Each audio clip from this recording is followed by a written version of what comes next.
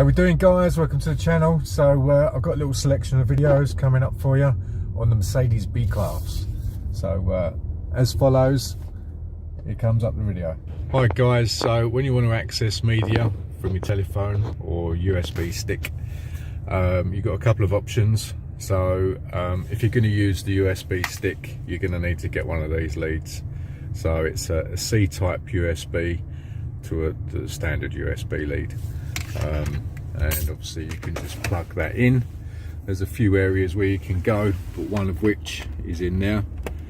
You can just plug it in and connect your USB stick to that, and then when you go into media,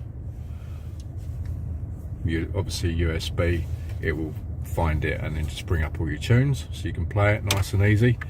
When you want to like skip through, you can either use your touchpad, fast forward to the next track, or rewind to the previous track. You can probably do it on screen as well, usual facilities. I'm not too sure if you can use the other ones, because obviously you've got two USBs in there and there's also more USBs in the back, so you do get a little selection. But on this occasion I'm going to do the Bluetooth. I've got another device, so I mean if you've got an iPod or something like that, if you haven't got your tunes on your phone, then we will do it the other way. So with this device, I'm going to obviously pair it. So pair new device. Let's go to the car and hit this button. My device is right, connect new device. There we go, it's found it straight away. So I touch that, connect in, and then it's come up on the phone, pair. So yeah, pair them. Says it's connecting, spinning on there.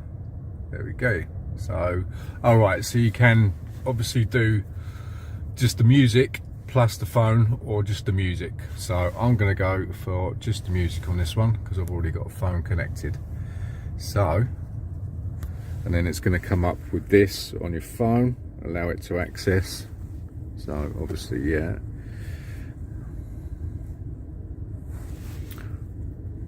So now that is active, as you can see on the screen. So let's see if it works. I'll find my tunes. Podcast. All right, I have music player. There we go. So I tap that, obviously allow it, and there we go. Just tap this one for a sample. Obviously you've got your volume controls down there.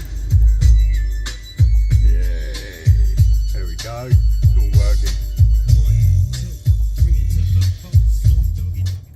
So yeah, there you go, nice and easy to connect. And obviously you've got other options. You've got the online music. I haven't even tried that one yet, but this is just to demonstrate for USB and Bluetooth.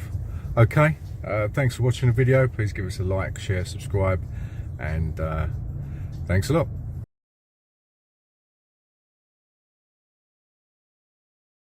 Okay guys, welcome to the video. So we're in the Mercedes B-Class.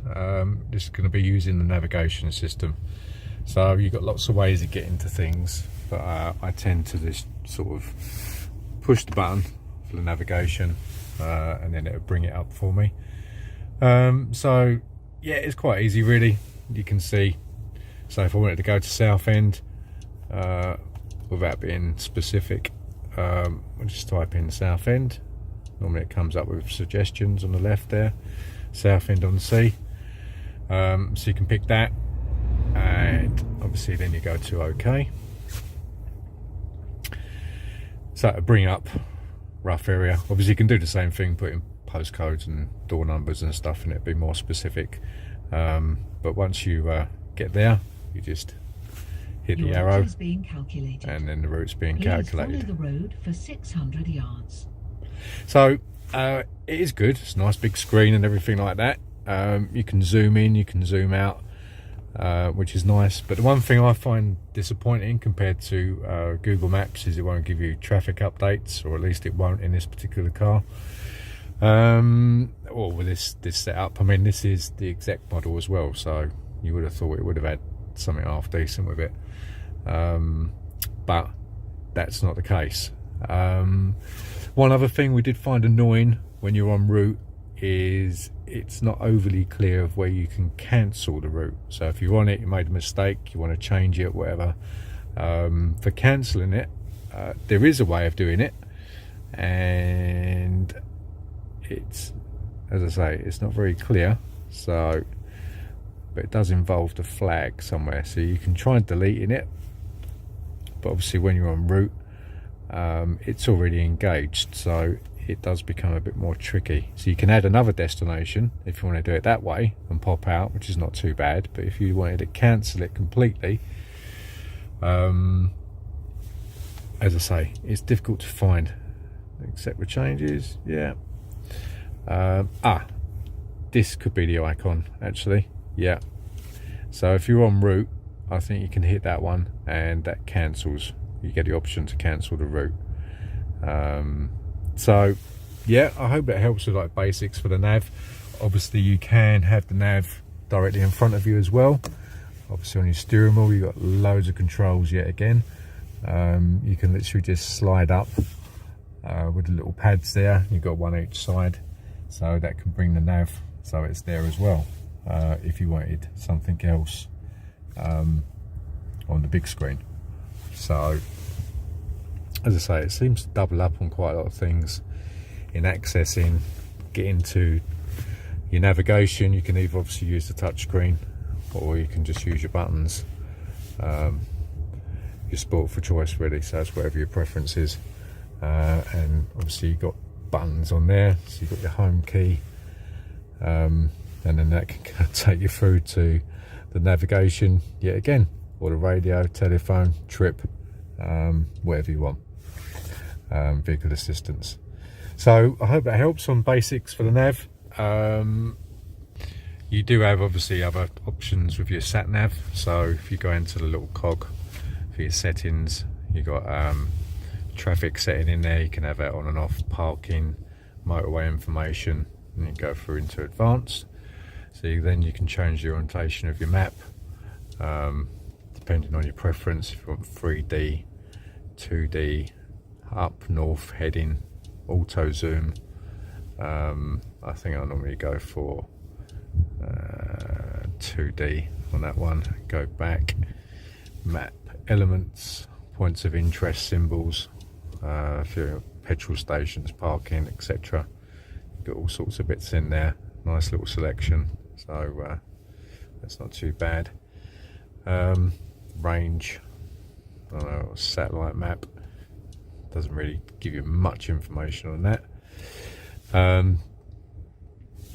And then obviously go back again, tells you the map version that you've got. It should be the latest version. We've got the 2020 V14.1 Europe.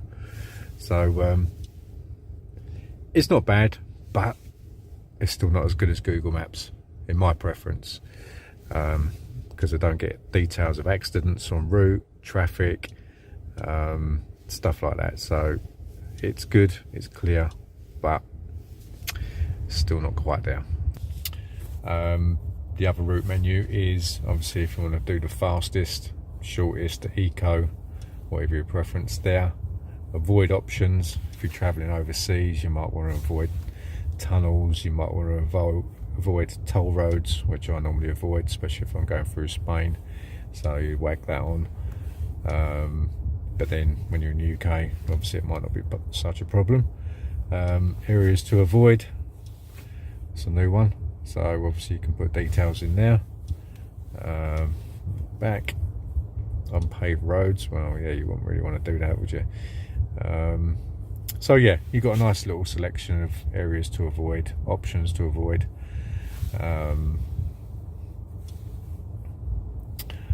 And what else we got? No driving recommendations, acoustic signals. So there's bags of options in there. It's got a nice selection. You just tailor make it to what you want. Hope you enjoyed the video. Please subscribe, give me a like, share, and thanks for watching.